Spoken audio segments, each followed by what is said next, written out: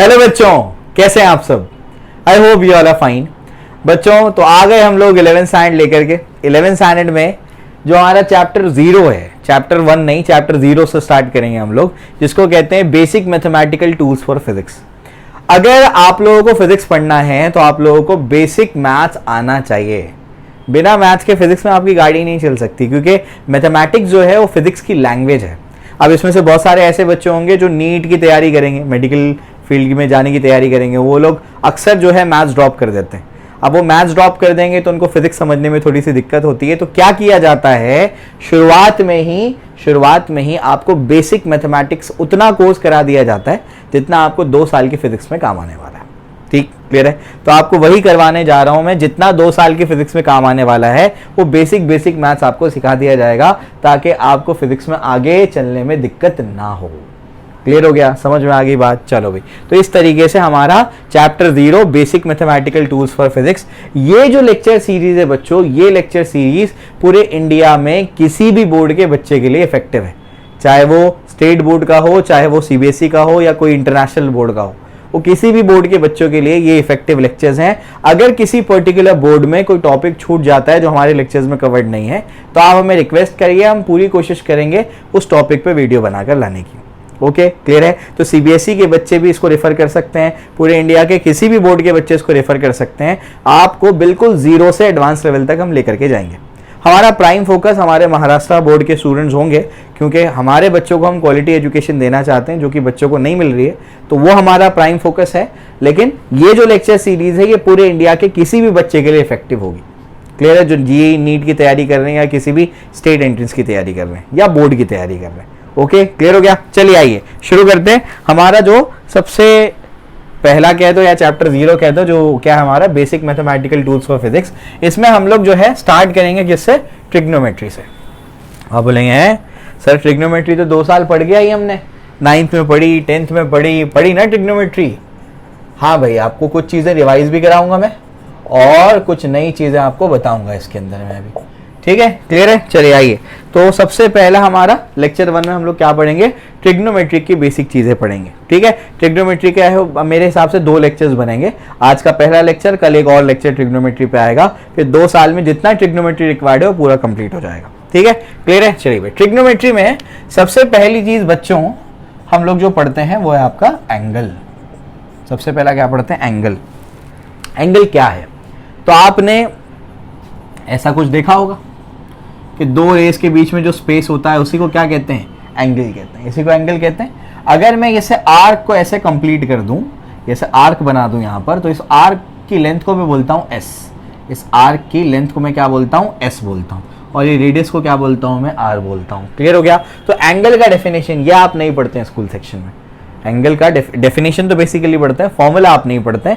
Formula क्या है, formula है एंगल का, वो भी मैं लिख रहा हूं यहाँ पर, देखिए ध्यान से। एंगल का बेसिक फॉर्मूला है, या उसका डेफिनेशन भी मैं आपको बता दे रहा हूं। ठीक है, it is the ratio of arc length to the radius. समझ में आ गया। आर्क लेंथ का रेडियस से अगर आप रेशियो ले लेंगे, उसी को आप लोग एंगल बोलेंगे। आप जो एंगल का डेफिनेशन पढ़ते हैं, द स्पेस बिटवीन 2 रेज, उसी को एंगल बोलते हैं। मैं उससे इत्तेफाक नहीं रखता हूं, यही उसका प्रॉपर डेफिनेशन होना चाहिए। तो बेसिकली जो आपका एंगल है, एंगल आपका है, एंगल का फॉर्मूला है आर्क अपॉन रेडियस, ये उसका फॉर्मूला है। समझ में आया, क्लियर हो गया। तो यहां पर इसको कैसे लिखा जा सकता है, इसको लिखा जा सकता है theta is equals to S upon R लिखा जा सकता है। बात समझ में आ गई, क्लियर है। ये सबसे पहली चीज तुमने सीख ली, बहुत ज्यादा इंपॉर्टेंट है, आपको बहुत अच्छे से इसको याद रखना है कि theta in angle is equals to arc upon radius, ये इसका फॉर्मूला है। ठीक है, अब इसका यूनिट क्या है, इसका यूनिट आपने अब तक ये पढ़ा होगा कि 30 डिग्री का एंगल है, 40 डिग्री का एंगल है, तो एक यूनिट तो उसका डिग्री है। समझ में आ गया, डिग्री इसका क्या है, एक यूनिट है। लेकिन 11th 12th लेवल फिजिक्स में आपको इसको डिग्री में ना मेजर करते हुए आपको इसको रेडियन में मेजर करना है, क्यों, यही इसका क्या है, ऐसा यूनिट है। अभी रेडियन क्या होता है अभी बताऊंगा मैं, क्या सिस्टम है ये।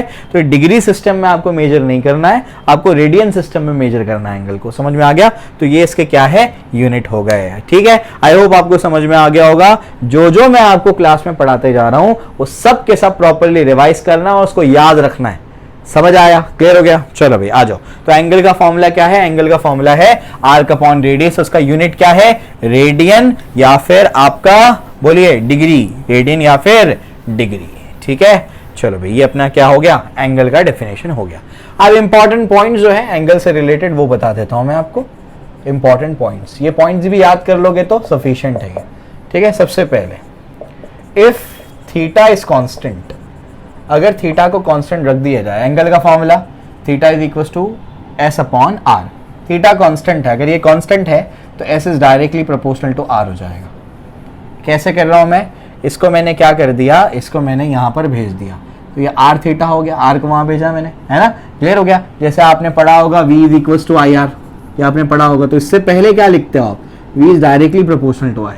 समझ में आ गया? क्यों? क्योंकि इसमें r क्या है, कांस्टेंट। तो भाई r theta equals to s है, मैंने बोला थीटा कांस्टेंट तो r is directly proportional to s, वही तो लिखा है मैंने, s is directly proportional to theta.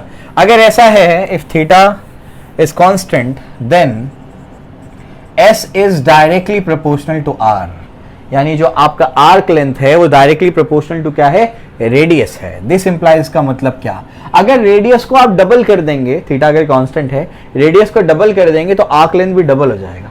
Radius को हाफ कर देंगे तो आर्क लेंथ भी हाफ हो जाएगा। मैं आपको समझाता हूं इसका मतलब क्या है। जैसे आपके पास मान लीजिए कि यहां पर यह आपके पास थीटा है, यह आपका आर्क लेंथ है s, यह आपका रेडियस है r। अब आप क्या कर दो, रेडियस को डबल कर दो। ये ऐसे बढ़ा दिया मैंने, रेडियस को डबल कर दिया, देखो आर्क लेंथ भी क्या हो गया है, ये अगर 2r हो गया, यहां से यहां तक अगर 2r हो गया तो आर्क लेंथ भी 2s हो गया। अगर रेडियस को हाफ कर दो, r/2 कर दो, तो ये भी क्या हो जाएगा, s/2 हो जाएगा। समझ में आ गया? ये चीज आपको आगे काम आएगी, कहां पर, जब मैं सर्कुलर मोशन पढ़ाऊंगा आपको।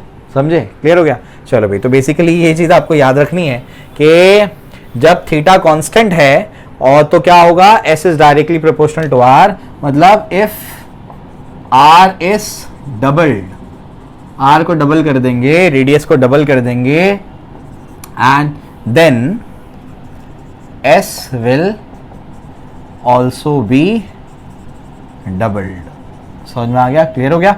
और r को हाफ कर देंगे एक्सेट्रा। ठीक है, r को हाफ कर देंगे तो s क्या हो जाएगा, फिर से हाफ हो जाएगा। तो ये पहला पॉइंट हो गया। उसके बाद जो है, मैंने आपसे कहा कि पूरे 2 साल के फिजिक्स में आपको एंगल को रेडियन में मेजर करना है। ध्यान रखिएगा आप लोग। ठीक है, एंगल मेजर करने के कितने सिस्टम हैं, बहुत सारे सिस्टम हैं। उसमें से 3 बहुत फेमस है, पहला डिग्री सिस्टम, दूसरा रेडियन सिस्टम, तीसरा ग्रेड सिस्टम। ठीक है, इनमें से ग्रेड अपने को, फेमस होने के बाद भी ग्रेड को अपने को नहीं पढ़ना है, अपने को ही काम करनी है। अपने को 2 ही सिस्टम पे ध्यान देना है, एक डिग्री सिस्टम जो आप पढ़ करके आए हो, दूसरा रेडियन सिस्टम, ये आपको अभी सीखना है। अभी कन्वर्जन फैक्टर बता दूंगा, फटाफट सब कुछ याद हो जाएगा आप। ठीक है, क्लियर हो गया? चलो भाई, इसकी बहुत डिटेलिंग आप जो है 11th स्टैंडर्ड मैथ्स में पढ़ेंगे। अभी आपको उतना पढ़ना है जितना फिजिक्स में रिक्वायर्ड है। कन्वर्जन कैसे करने का, पाई रेडियन का क्या मतलब होगा, ये सारी चीजें मैं आपको बताऊंगा। आप बहुत डिटेल में पढ़ेंगे उसको मैथमेटिक्स में। ठीक है, क्लियर हो गया? इफ थीटा इज कांस्टेंट, ये तो आपको बता दिया मैंने। उसके बाद इन दिस कोर्स का मतलब 2 साल का जो फिजिक्स का कोर्स है, angle should be measured in radiance. समझ में आ गया? एंगल को किस में मेजर करना है, रेडियंस में मेजर करना है, वही उसका SI यूनिट भी है। अभी आगे जा करके आगे के चैप्टर्स में बताऊंगा मैं। ठीक है, एंड अब यहां पर कन्वर्जन देखो, पाई रेडियन के लिए छोटा सा सी लगता है ऊपर, मतलब वो रेडियन है। Pi radian is equals to 180 degree. ये याद रखना है आपको कि पाई रेडियन क्या होता है, 180 डिग्री होता है। सी मतलब रेडियन, 180 डिग्री याद करना है इसको। रेडियन सिस्टम जो है ये जनरली इतना इफेक्टिव नहीं माना जाता है क्योंकि इसमें पाई आ जाता है। पाई एक इरेशनल नंबर है, उसकी वजह से कैलकुलेशन में बहुत ज़्यादा एरर होता है। समझ आ रहा है क्या बोल रहा हूँ मैं? लेकिन बहुत सारे फिजिसिस्ट ने रेडियन में मेजर किए एंगल्स को, इसी वजह से हम उसको रेडियन में मेजर करते हैं। लेकिन इंजीनियरिंग पॉइंट ऑफ व्यू से आप डिग्री में उसको मेजर करना पसंद करेंगे। समझ में आ गया कि वहाँ पर एरर के चांसेस कम होते हैं, यहाँ पर एरर बहुत ज़्यादा निकल जाती है। ठीक है, तो याद रखिएगा अभी 2 साल में अपने को रेडियन में मेजर करना है। डिग्री सिस्टम तो आप बचपन से पढ़ते आए, वो आपको क्या बताना है मुझे। तो पाई रेडियन क्या होता है, 180 डिग्री होता है। क्लियर हो गया, समझ में आ गया। अब यहाँ पर देखिए ध्यान से, मैं आपसे क्या कह रहा हूँ, ध्यान से देखिएगा। अगर मैं आपसे कहता हूँ ये आपका pi radian equals to 180 degree है, तो अगर आपसे कहता हूँ पाई बाई 2 रेडियन, तो यहाँ दोनों साइड 2 से डिवाइड करो।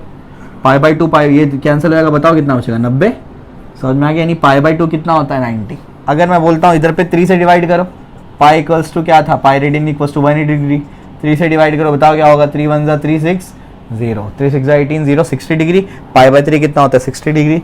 पाई बाई 4 कितना होगा, जल्दी बताओ अभी, 4 से डिवाइड किया दोनों साइड पे, 4 1 4, 4 4 16, और उसके बाद बोलो कितना बचा, 2 4 5 20, 45 डिग्री।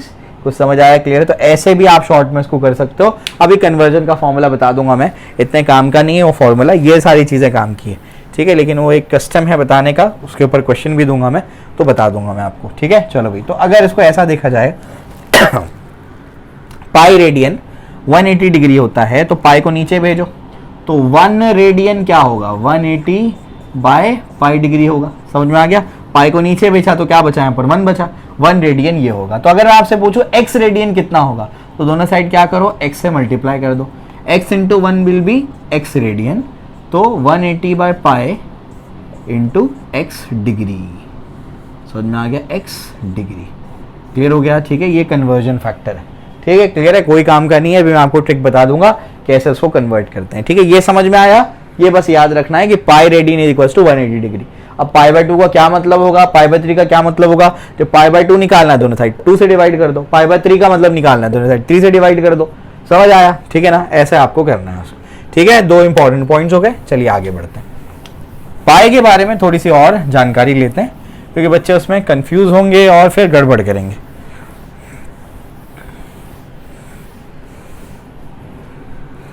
चलो भाई, तो तीसरा पॉइंट जो है, pi is just an irrational number.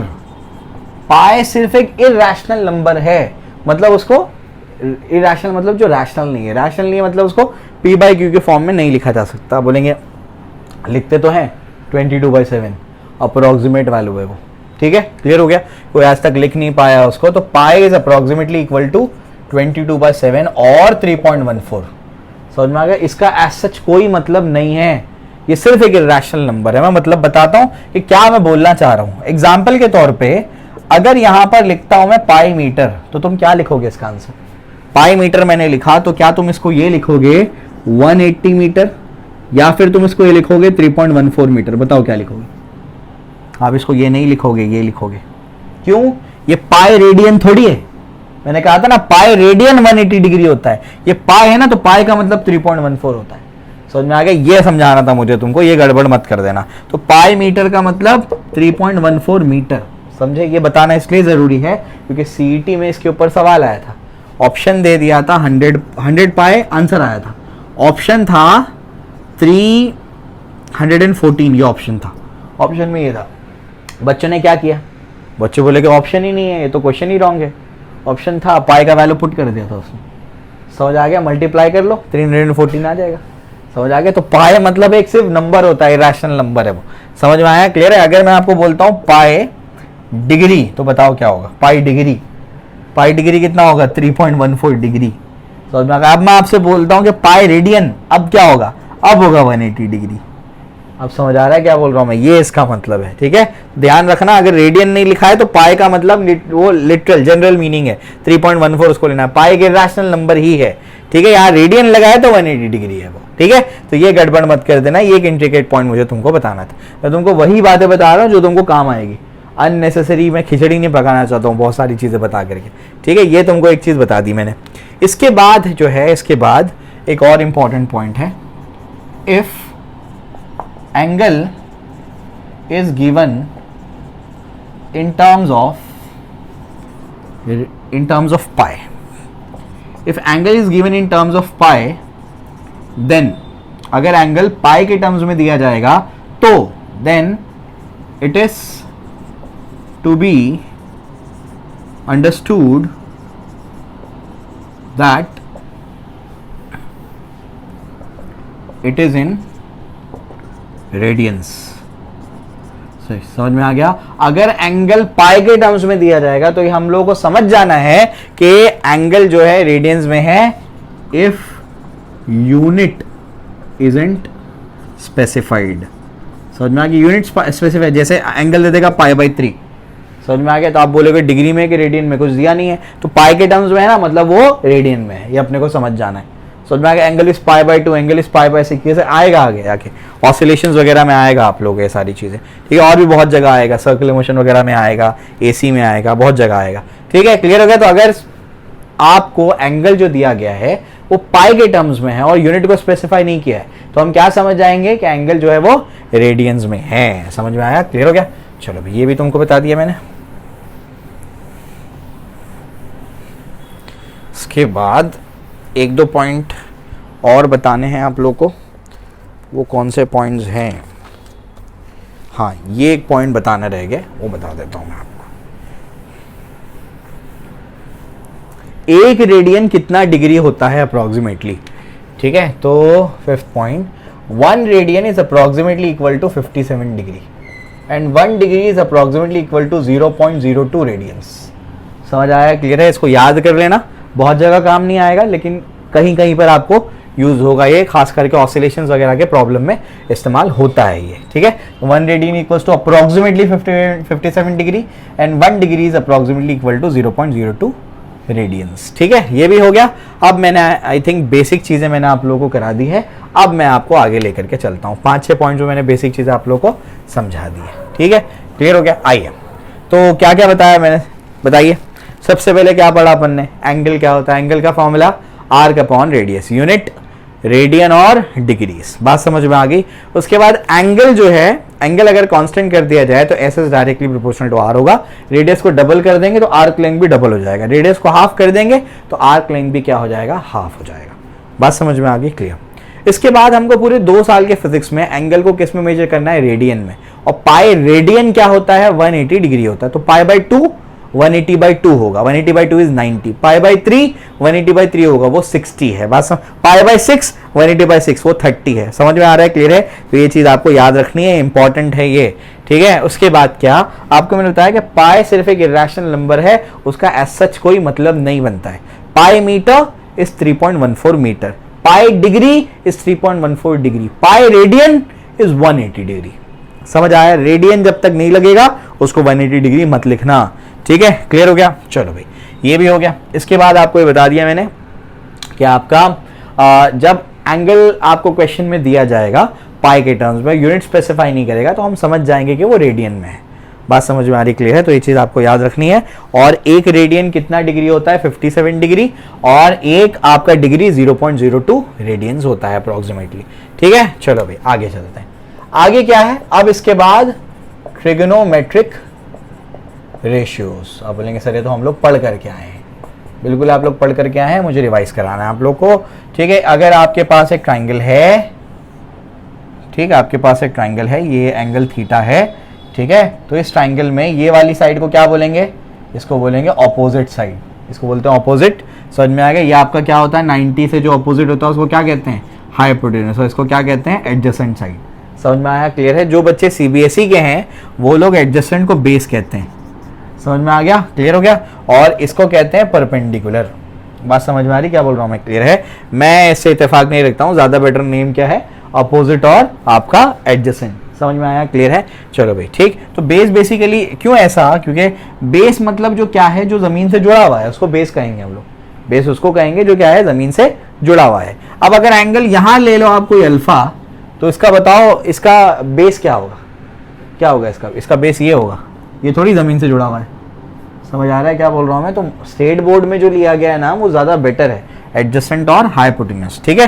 Clear हो गया? चलो, ऑल्दो नेशनल लेवल पे जो एनसीईआरटी की किताबें हैं वो स्टेट बोर्ड्स के कंपैरिजन में बहुत अच्छी लिखी गई हैं, बहुत बहुत बेहतर तरीके से लिखी गई हैं, लेकिन उसमें कुछ कुछ चीजें हैं जिससे ऐसा लगता है कि ये ज्यादा बेटर वर्ड्स है, ठीक है। आपको जो बेटर लगे आप उसको याद कर लीजिएगा, ठीक है। अब इसके बाद क्या आपको रेशियोज लिखने हैं, उसके लिए आपको याद रखना है सम ऑफ, एक निमोनिक बना करके दे रहा हूं, some of Harry's car are having trouble on acceleration. Some of Harry's car are having trouble on acceleration. ठीक है ना, क्लियर है? ये स्टेटमेंट याद कर लीजिएगा, क्योंकि आपको अभी क्या करना है, साइन थीटा का फॉर्मूला लिखना है, कॉस थीटा का रेशियो लिखना है, टैन थीटा का रेशियो लिखना है. साइन थीटा क्या होता है? साइन थीटा होता है ऑपोजिट अपॉन हाइपोटेनस. एस से साइन, अपोजिट अपॉन हाइपोटेनस, तो अपोजिट अपॉन हाइपोटेनस. ठीक है, इससे याद रखने में आसानी होगी. ठीक है, कॉस थीटा क्या होता है बताओ जल्दी से. कॉस थीटा होता है एडजेसेंट अपॉन हाइपोटेन्यूज. समझ में आ रहा है? क्लियर हो गया. उसके बाद टैन थीटा क्या होता है? टैन थीटा होता है आपका अपोजिट अपॉन एडजेसेंट. समझ में आया? क्लियर हो गया. चलो भाई, इसके बाद क्या है आपका, ये हो जाएगा साइन का. अभी रेसिप्रोकल क्या होता है आपका? Cosec theta. तो कोसेक थीटा क्या होगा? Hypotenuse upon opposite. Sec theta क्या होगा? सेक थीटा होगा हाइपोटेन्यूज अपॉन एडजेसेंट. और कॉट थीटा क्या होगा? वो टैन का रेसिप्रोकल है, एडजेसेंट अपॉन ऑपोजिट. समझ में आया? क्लियर है? याद करना है भाई, बहुत इंपॉर्टेंट है ये, बहुत काम आने वाला है ये. ठीक है, क्लियर हो गया. तो ट्रिग्नोमेट्रिक रेशियोज आपको बता दिए मैंने ऑलरेडी. आपको पता था, ये चीज आपको नहीं पता होगी, तो ये तुमको नया बता दिया मैंने कि इसको याद ऐसे रखा जा सकता है. ठीक है, चलो भाई. अब क्या, अब मैं आपको टेबल बताता हूं. ठीक है, टेबल बताता हूं मैं आपको. ठीक, आप बोलेंगे टेबल तो हमको याद है 90 तक का. हाँ, उसमें आपको कुछ और चीज़ें भी जोड़नी है, एक्स्ट्रा चीज़. मैंने कहा ना, जो आपने पढ़ा है वो तो रिवाइज कराऊंगा ही, और एक्स्ट्रा चीज़ें भी आपको बताऊंगा मैं. ठीक है, चलो भी आ जाओ. तो सबसे पहले यहाँ पर क्या है? थीटा है. तो यहाँ पर आपका थीटा, यहाँ पर थीटा में ये क्या है? 0. फिर ये क्या है? 30. ये क्या है आपका? 45. ये आपका यहाँ पर फिर होगा 60. फिर उसके बाद 90. दो एंट्रीज और जोड़ेंगे आप लोग, दो angles, 37 degree and 53 degree. Very important, very very very important. समझ में आ गया? क्लियर हो गया. चलो भाई, sine theta, cos theta, tan theta.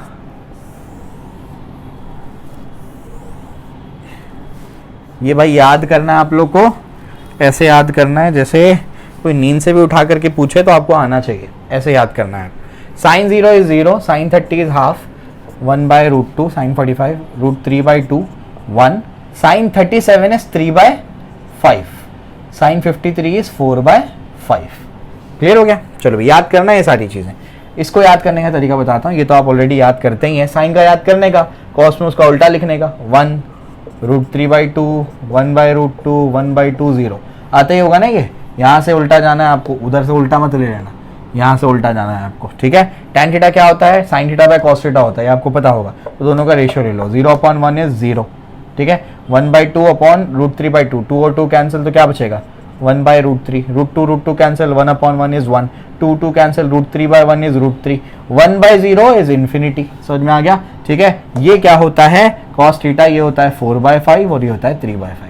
Sign 37 is 3/5, sine 53 4/5, cos 37 is 4/5, cos 53 is 3/5. समझ में आ गया? दोनों का रेशियो ले लो. 5/5 कैंसिल, क्या बचेगा? 3/4, 5/5 कैंसिल, क्या बचेगा? 4/3. समझ आया? क्लियर है? ये टेबल आपको बता दिया मैंने. इसको याद करने का तरीका बताता हूँ मैं. एक ट्राइंगल है, स्टैंडर्ड ट्राइंगल है, वो आप सबको याद रखना है. अभी बता रहा हूँ मैं. ठीक है. ये सारी चीज़ें आपको स्टेट बोर्ड में नहीं मिलेगी ना, CBSE वाले बताते हैं. एक्स्ट्रा बता रहा हूँ मैं. ये 37 डिग्री और ये आपका 53 डिग्री. ये ट्राइंगल को याद कर लो. ये 5, ये 4 और ये 3. समझ में आ गया? अब यहाँ से साइन 37 निकालो. साइन क्या होता है? अपोजिट अपॉन हाइपोटेन्यूज, तो 3/5 है ना. उसके बाद क्या हो? साइन 53 निकालो. साइन 53 क्या होता है? Opposite upon hypotenuse. 53 का अपोजिट क्या है? 4/5. समझ में आ गया? ये ट्राइंगल याद कर लो, स्टैंडर्ड ट्राइंगल है, बहुत इंपॉर्टेंट है. नजर आ रहा है ना? हाँ, नजर आ रहा है. ठीक है. तो ये तुमको याद करा दिया. ये मस्ट याद रखना है. मैंने कहा ऐसे याद रखना है जैसे नींद से भी उठा के पूछे तो तुमको पता होना चाहिए. ठीक है. चलो भाई, तो ये टेबल तुमको सिखा दिया, नई एंट्री सिखा दी है, ट्राइंगल से याद करना भी बता दिया कि ये जो है इसको आप ऐसे याद रख सकते हो. साइन कॉस टैन तो आप लोग 10 तक याद करके आए ही होंगे. ठीक है ना. चलो आ जाओ, ये भी बता दिया आप लोग को मैंने. इसके बाद मैं आप लोगों को कुछ सवाल दे देता हूँ, वो सवाल आप लोग करिए. Convert the following into degrees. Degrees में कन्वर्ट करो उसको. सबसे पहला पाई बाय 2, ठीक है, दूसरा पाई बाय 3, तीसरा पाई बाय 4, चौथा पाई बाय 6, ठीक है, इसके बाद पाई बाय 5 भी ले सकते हैं, pi by 5, pi by 6, pi by 10, इतने ले लो, ठीक है। चलो आ जाओ, कन्वर्ट करते हैं इसको, डिग्री में कन्वर्ट करते हैं। पहला लेते हैं पाई बाय 2, पाई बाय 2 को कैसे कन्वर्ट करोगे बताता हूं मैं, आपको डिग्री में कन्वर्ट करना है। डिग्री में पाई आता है क्या? नहीं आता, तो पाई को हटाना है।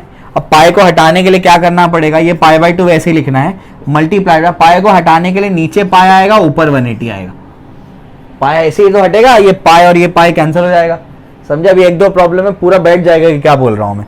2 1 और 2 90 था, 2 9 18 0 था, 90 डिग्री आ गया, समझ में आ गया। अब बताओ दूसरे वाले में फर्स्ट हो गया, सेकंड वाला बताओ क्या है, पाई बाय 3, पाई बाय 3 मतलब पाई बाय 3 अभी रेडियंस में है, समझ में आ गया, सब रेडियंस में है ना, ठीक है, नहीं लिखा है मैंने कहा तो उसको रेडियन में मानना है आपको। अब पाई को एलिमिनेट करना है, डिग्री में कन्वर्ट करना है, तो यानी 180 बाय पाई से मल्टीप्लाई करो, तभी तो पाई और पाई कैंसिल होगा, और जब पाई कैंसिल होगा तभी तो डिग्री में कन्वर्ट होगा। 3 1 360 यानी कितना हो जाएगा 60 डिग्री।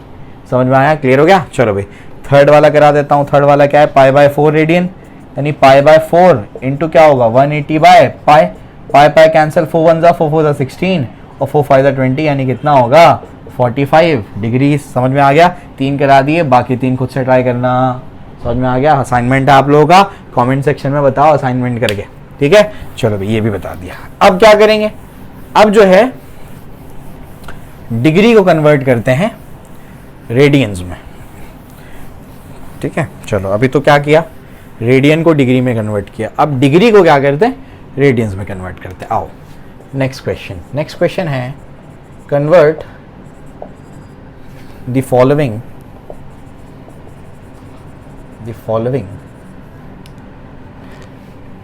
Into radiance. तो रेडियन से डिग्री में आना चाहिए, डिग्री से रेडियन में आना चाहिए। पहला 30 डिग्री, दूसरा 60 डिग्री, तीसरा 45 डिग्री, चौथा 90 degree, fifth 120 degree, sixth 150 degree. समझ आया? क्लियर हो गया? चलो भाई इनको अपने को कन्वर्ट करना है। कैसे कन्वर्ट करेंगे? सबसे पहला 30 डिग्री कैसे लिखोगे? अब इसमें पाई चाहिए अपने को ना, पाई चाहिए, तो पाई चाहिए तो क्या चाहिए, पाई चाहिए तो मतलब वो ऊपर होना चाहिए, नीचे 180 आना चाहिए। कुछ समझ आ रहा है क्या बोल रहा हूँ मैं? पाई कटना नहीं चाहिए ना, पाई होना चाहिए, है ना, तो ऊपर होना चाहिए। दोनों कैंसिल हो गया, 3 1 3 6 कितना होगा पाई बाय 6। समझा? क्लियर हो गया? तो वहां क्या करना है, जब आप उसको रेडियन से डिग्री में कन्वर्ट करोगे तो क्या करना पड़ेगा, 180 बाय पाई करना पड़ेगा। जब डिग्री से रेडियन में करेंगे तो पाई बाय 180 से मल्टीप्लाई करना पड़ेगा। अभी आपको समझ जाएगा क्या करना है। सेकंड 60 डिग्री, जल्दी बताओ क्या करना है। 60 इंटू क्या करना पड़ेगा, पाई रहना चाहिए तो पाई बाय 180, बाकी चीजें कैंसिल होनी चाहिए, 0 0 कैंसिल हो गया, 6 1 6 3 कितना आएगा, पाई बाय 3 आएगा। समझ में आ गया? क्लियर हो गया? ये बाकी के आप लोग सॉल्व करेंगे, आप लोग को होमवर्क होगा, ठीक है। क्लियर हो गया? इसको ट्राई करना। चलो भाई ये भी तुमको बता दिया मैंने। इसके बाद आगे बढ़ते हैं। आगे क्या है, ट्रिग्नोमेट्रिक आइडेंटिटीज कराऊंगा, भी नए फॉर्मूलेस करा रहा हूँ, पुराने वाले भी रिवाइज कराऊंगा, और उसके बाद अभी आज हम लोग हॉल्ट करेंगे, ठीक है। चलो भाई तो उसके बाद आप लोग अभी हेडिंग लगाएंगे। अच्छा इनका दुक्का क्वेश्चन और दूं क्या, एक दो क्वेश्चन और कराता हूं मैं ताकि गड़बड़ ना हो जाए। ये 30 डिग्री है, ये मान लो 10 मीटर है, ये ए है और ये बी है, ऐसा आपको दिया गया है, ठीक है ना। आपको बोला जा रहा है ए और बी का वैल्यू आप लोग फाइंड आउट करके दो। कैसे फाइंड आउट करोगे इसको, ए और बी का देखो दो अननोन है, आप बोलेंगे पाइथागोरस लगाओ, नहीं लगा सकते पाइथागोरस, दो अननोन है, पाइथागोरस के लिए दो नोन होना चाहिए, एक अननोन होना चाहिए, है ना। आप क्या कर सकते हैं, आइए। तो अभी हमारे पास क्या है, अभी हमारे पास देखो ध्यान से, मेरे पास एडजेसेंट साइड है, मुझे अपोजिट निकालना है, हाइपोटेन्यूस निकालना है। मैं cos थीटा अगर लगा दूंगा दिमाग लगा करके, तो cos थीटा क्या होता है, एडजेसेंट अपॉन क्या होता है, हाइपोटेन्यूस होता है ना। थीटा मुझे पता है ना, ऐसे निकालना आना चाहिए, ये सब अभी रिसेंट ईयर्स में आए हैं जेई में, मतलब बड़े क्वेश्चन का छोटा सा पार्ट था ये, ठीक है ना। चलो भाई तो cos 30 क्या होगा, 10 एडजेसेंट अपॉन हाइपोटेन्यूस क्या है, बोलो भाई, हाइपोटेन्यूस है उसका b। समझ आ रहा है? cos 30 कितना होता है, sin 30 is half, cos 30 is √3/2 10 b, तो b क्या होगा बताओ जल्दी से, हो जाएगा 20 √3, ये आ गया b। समझ आया, क्लियर हो गया।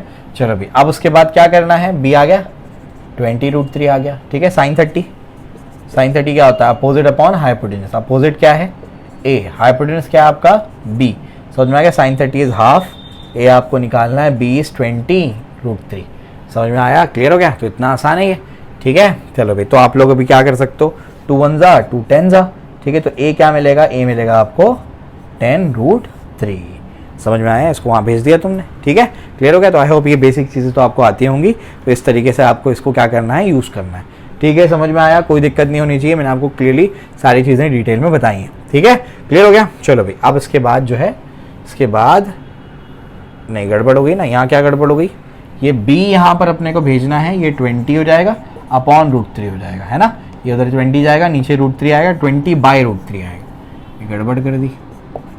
चलो भाई आगे यहाँ पर क्या, उसको चेंज करो, क्या आएगा, sin 30 is half a divided by b, क्या है b आपका है 20/√3, ठीक है ना। अब मुझे बताओ क्या होगा, √3 ऊपर जाएगा तो हो जाएगा 1/2 हो जाएगा √3, क्यों, डिनोमिनेटर का डिनोमिनेटर क्या होता है, न्यूमरेटर से मल्टीप्लाई होता है, तो √3 है डिवाइड बाय क्या हो जाएगा 20, 2 1 जा 2 10 जा, समझ में आया, क्लियर हो गया। तो 10 को वहाँ भेजो, 10 इज इक्वल टू क्या होगा √3a, तो a इज इक्वल टू क्या होगा 10/√3, समझ में आ गया, क्लियर है, ध्यान रखना उसका, गड़बड़ मत कर देना, ठीक है। चलो भाई, ये भी तुमको बता दिया मैंने।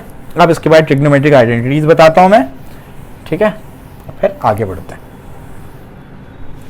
ट्रिग्नोमेट्रिक आइडेंटिटीज में आप लोगों को क्या सीखना है अभी, trigonometric identities.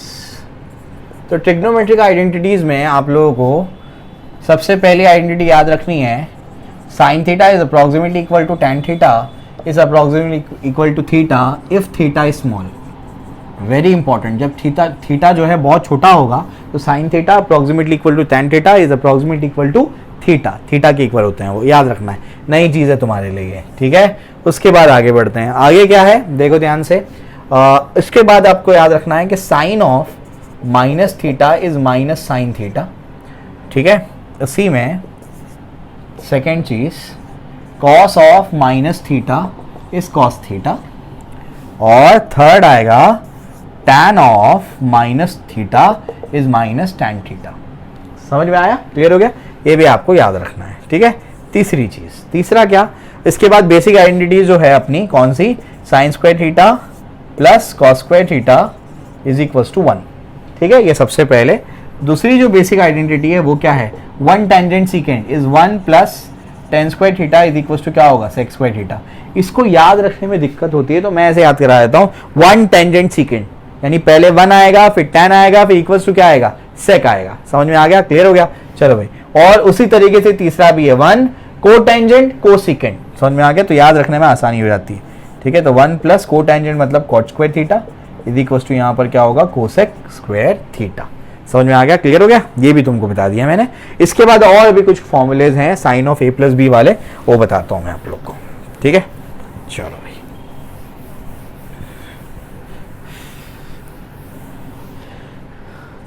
Fourth, sine of a plus B a minus B वाले फॉर्मूले।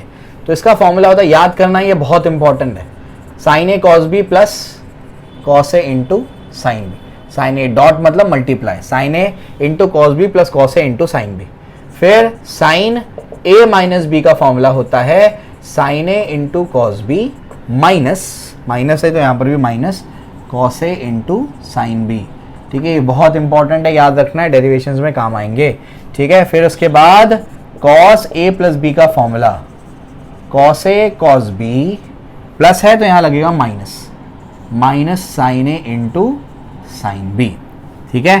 कॉस ए माइनस बी का formula, cos A cos B plus sign A into sine B, समझ में आ रहा है, क्लियर है। अब इसको याद कैसे रखना है, ऊपर वाला तो याद हो जाता है, साइन में दिक्कत नहीं, यहाँ प्लस है तो यहाँ भी प्लस आता है, यहाँ माइनस है तो यहाँ भी माइनस आता है, sine A cos B plus cos A sine B याद हो जाता है। यहाँ गड़बड़ कर देते हैं बच्चे, ये मल्टीप्लाई है, cos A into cos B minus sine into, तो इसको याद रखने का COD, COD यानी क्या, कैश ऑन डिलीवरी। ये क्या चीज़ है, कैश ऑन डिलीवरी, जब आप कॉस की बात करेंगे तो साइन अपोजिट होगी और वहां पर ड्यूप्लेट होगा। कॉस में अपोजिट साइन और ड्यूप्लेट, कॉस में अपोजिट साइन और ड्यूप्लेट याद रखने की ट्रिक है। कॉस में अपोजिट साइन है, प्लस का है तो यहाँ माइनस, यहाँ माइनस है तो यहाँ प्लस। समझ आ रहा है क्या बोल रहा हूं मैं, क्लियर है? उसके बाद अपोजिट साइन आई, उसके बाद ड्यूप्लेट आ रहा है। कॉस में cos cos sine sine, cos cos sine sine. समझ में आया, क्लियर हो गया? तो याद रखना कॉस में अपोजिट साइन आएगा और ड्यूप्लेट आएगा। समझ में आ गया? तो साइन में क्या होगा, साइन में अपोजिट साइन नहीं होगी, जो साइन है वही आएगी और ड्यूप्लेट नहीं आएगा। साइन कॉस कॉस साइन ऐसे बनेगा। ठीक है, क्लियर हो गया? Fifth, tan a plus B का फॉर्मूला। देखो ये सब नए फॉर्मूलेज हैं, आप लोगों ने नहीं पढ़ा, ये रट्टा मारना है आप लोगों को सब। tan a plus tan b upon 1 minus tan a into tan b। ठीक है, उसके बाद tan a माइनस बी का formula, tan a minus B का फॉर्मूला क्या होता है, tan a minus tan b upon 1 plus tan a tan b। ठीक है, क्लियर हो गया? तो इस तरीके से ये क्या कर दिया आपने, इसको भी डिराइव कर लिया, देख लिया आपने। डेरिवेशन तो आप उसको वहाँ देखोगे, कहाँ पर, आप लोगों के जो है ट्रिग्नोमेट्री में, मैथ्स में। और फिजिक्स के लिए से आपको फॉर्मूले याद करने की ज़रूरत है, अभी ख़त्म नहीं हुआ, और फॉर्मूलेज हैं। ठीक है, फिफ्थ सिक्स्थ और फॉर्मूला साइन 2 थीटा, ये सब बहुत इंपॉर्टेंट है, जो भी लिख के दे रहा हूँ सब याद होना चाहिए। साइन 2 थीटा is 2 sine theta into cos theta. Okay, उसके बाद कॉस 2 थीटा का फॉर्मूला एक नहीं है, 3 है। यह है cos square theta minus sign square theta, 2 cos square theta minus 1 और 1 माइनस 2 साइन स्क्वायर थीटा। याद करने में बहुत ज़्यादा इंपॉर्टेंट है, बहुत ज़्यादा इंपॉर्टेंट है ये फॉर्मूले। क्लियर हो गया, समझ में आ गया? तो ये सारी चीज़ें आपको मैंने बता दी, जो फॉर्मूले से रिलेटेड था, जो आपका आइडेंटिटी से रिलेटेड है, वो सारी चीज़ें आपको मैंने करा दी हैं। अब उसके बाद जो है एक बस क्वेश्चन कराता हूँ और उसके बाद आज का हम लोग सेशन ख़त्म करेंगे फिर। ठीक है, आप लोगों को फाइंड करना है साइन 15 डिग्री, फाइंड भी करना, और जो जेईई मेंस एडवांस की तैयारी कर रहे हैं वो उसका वैल्यू याद कर लेंगे। ठीक है, साइन 15 डिग्री आपको बोला जाएगा, अभी क्या करो, उसको फाइंड आउट करो। अब आप कैसे करोगे उसको फाइंड आउट, तो उसको साइन 15 डिग्री को आप कैसे लिख सकते हो, इसको साइन 15 डिग्री के टेबल में आपने वैल्यू पढ़ा ही नहीं, आपने तो सिर्फ स्टैंडर्ड एंगल्स पढ़े। तो इसको आप कैसे करोगे, इसको अभी देखो बताता हूँ मैं कैसे करना है इसको आप ऐसे कर सकते हो, क्या आपने लिख दिया 45 degree minus 30 degree. 45 degree minus 30 degree क्या होगा, 15 डिग्री होगा। अब साइन ए माइनस बी का फॉर्मूला बन सकता है, ये ए है और ये बी है। फॉर्मूला क्या है, sine A cos B minus cos A sine B. तो ये रहेगा sine A into cos B minus cos A, क्या है, ये तुम्हारा ए है, ये तुम्हारा बी है, cos A into sine B. ठीक है, क्लियर हो रहा है? चलो भाई, sine 45 degree, sine 45 degree is 1/√2, cos 30 कितना होता है, √3/2 minus cos 45 is 1/√2 multiplied by sine 30 is half. देखो बीच में 2 फ्रैक्शन, बीच में मल्टीप्लाई है तो सीधा सीधा मल्टीप्लाई होता है, a into C B into D. तो 1 into √3 is √3 divide by 2√2 minus 1/2√2। तो हो जाएगा, डिनोमिनेटर सेम है, √3 माइनस 1/2√2। याद कर लेंगे जेईई एडवांस वाले, जेईई मेंस एडवांस वाले साइन 15 का वैल्यू याद करेंगे, √3 माइनस 1/2√2। समझ आया, क्लियर है? तो यहाँ तक आपको मैंने करा दिया। इसके बाद इसका पार्ट 2 आएगा जो कि बहुत ज़्यादा इंपॉर्टेंट होगा, ऑल सिल्वर की टी कप्स वाला, जिसमें आप लोगों को मैं बताऊंगा कौन सा क्वाड्रेंट में होगा, तो एंगल को पॉजिटिव लेना है, नेगेटिव लेना है, वो बहुत है। ठीक है ना, बहुत इंपॉर्टेंट है। तो आज के लेक्चर में आपको पुरानी चीज़ें रिवाइज भी करा दी और नई बहुत सारी चीज़ें बताई भी हैं। समझ आया, क्लियर है? तो इसको घर पे से अच्छे से रिवाइज करना, जो जो पढ़ा रहा हूँ सब के सब याद कर लेना रिवाइज कर करके। समझ में आया, क्लियर है? तो हमको बताइए कमेंट सेक्शन में लेक्चर हमारा पसंद आया नहीं आया। अगर आप उसमें कुछ इंप्रूवमेंट चाहते हैं तो हम कमेंट सेक्शन में बताइए, हम उसको और इम्प्रूव करने की कोशिश करेंगे। अपने दोस्तों के साथ उसको शेयर करिए, कहीं का भी दोस्त हो आपका, पूरे इंडिया का, इंटरनेशनल लेवल पे जो हमारी लैंग्वेज को समझते हैं उनको भी आप शेयर कर सकते हैं, ताकि हम ज़्यादा से ज़्यादा लोगों को फ़ायदा पहुँचा पाए। Okay, thank you.